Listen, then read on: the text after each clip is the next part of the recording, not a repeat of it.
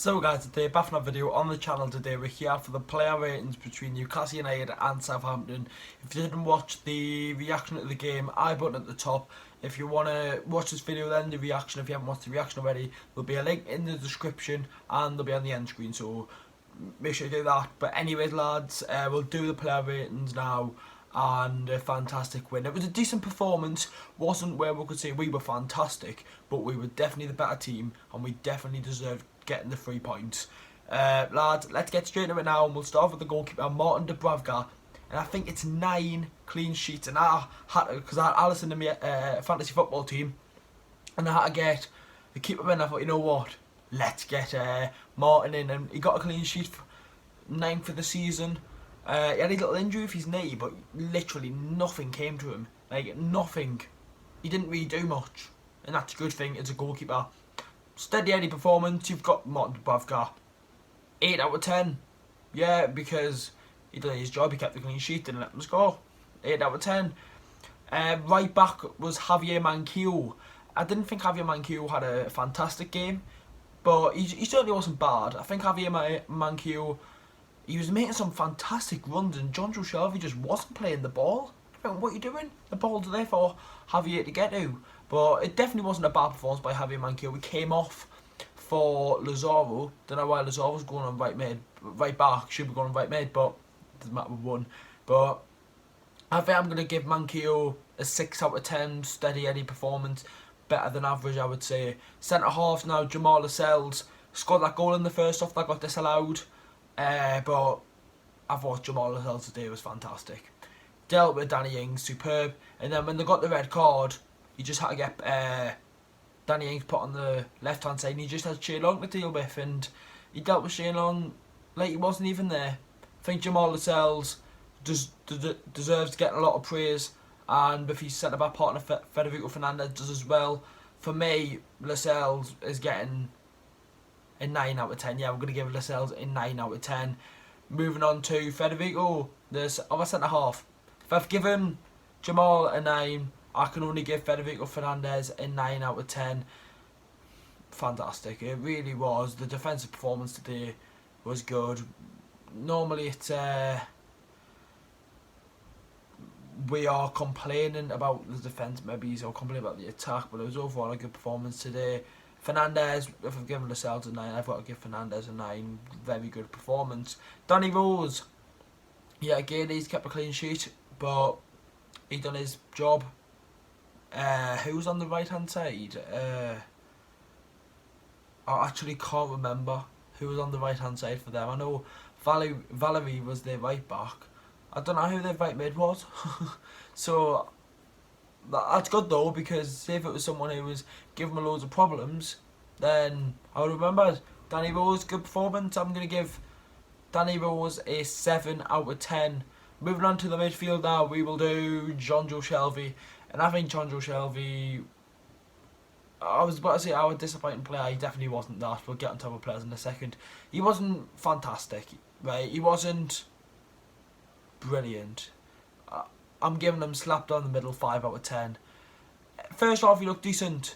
Some really good passing, but setting off, he didn't really look at it. And is that just me? Have I just seen something? But I think Joe, nothing he could do about it. It was one of them days, because I was concentrating when Javier Manquillo, as I said, was making them runs.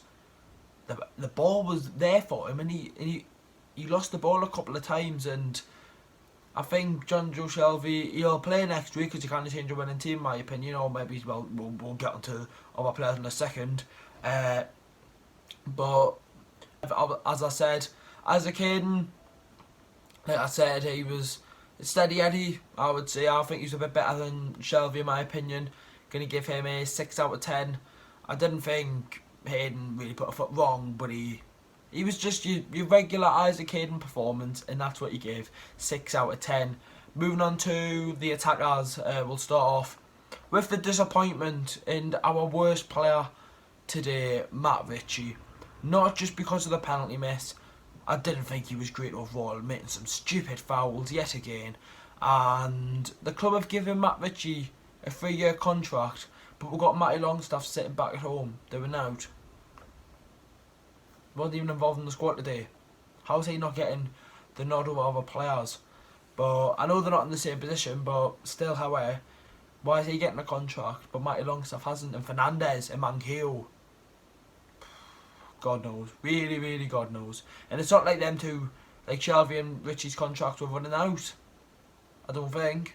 So why are the players whose contracts are running out, why are we not doing theirs? But Matt Ritchie, as we all know, missed the penalty. And he wasn't great today. Stupid fouls.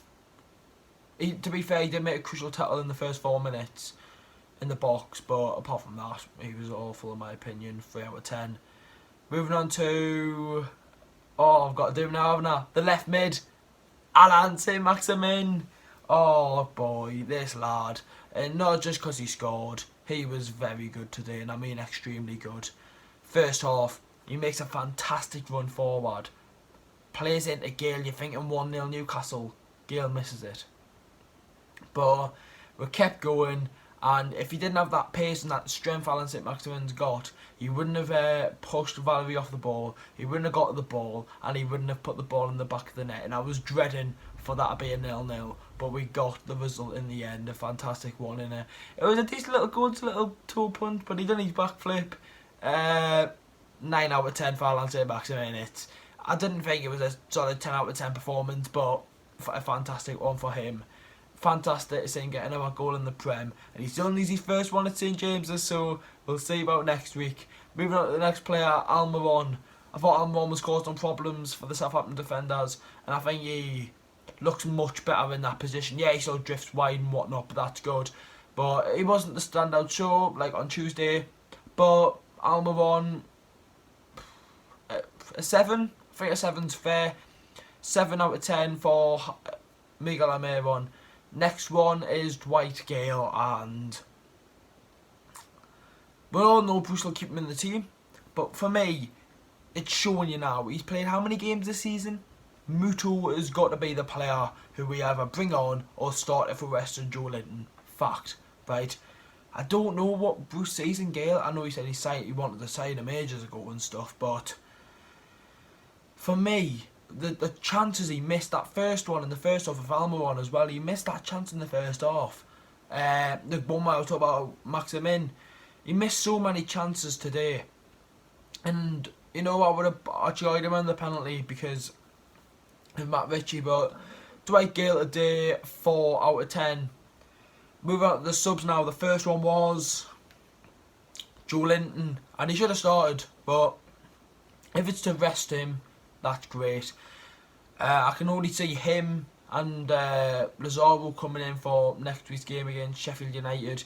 And to be fair, Joel tried his best. He committed at the time he had to really commit, getting back and defending. And I think Joel's starting to work his way up into the squad and work his way up into the Premier League. He obviously has that. He only scored 1 goal for the iconic number 9 shirt at Newcastle United, but I think we need to start supporting him now, right? We should have done it from the start, right? Criticism was definite for Joelinton. We had to criticise him, right? We know he's not going to be the best number 9 in the Premier League, we know that, right? But we cannot fault his work rate recently, right? What was it? West Brom, for me, one of our best players. Today, he came on and done his job. He comes on, and we get a goal. I know he wasn't really into the goal or didn't really create anything in the goal, but he came on and done his job. I'm going to give him a 6. I think a 6 out of 10 is fair, considering he only played like 30 minutes. So, next one was Lazaro, and he was very quiet. He didn't really have to do much. He was sitting there right back.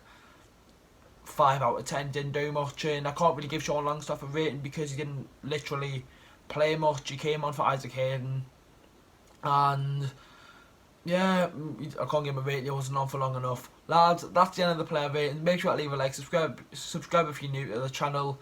We obviously hit 7k last month, and we're grinding up the channel, and this will be the final video for like the matches, obviously, as you all know. We'll be streaming FIFA tomorrow. We're having, I've still got all my packs saved up, so I will be streaming FIFA tomorrow around 4 ish. So if you want to join the stream, it would mean a lot. If you don't know, lads, I've got like new overlay and stuff like that, so it makes the streams much better as well. Lads, make sure to leave a like, subscribe if you're new, watch the reaction to the game if you haven't already. Let's get some point next week against informed Sheffield United. How are the lads? Saint-Maximin, the GOAT.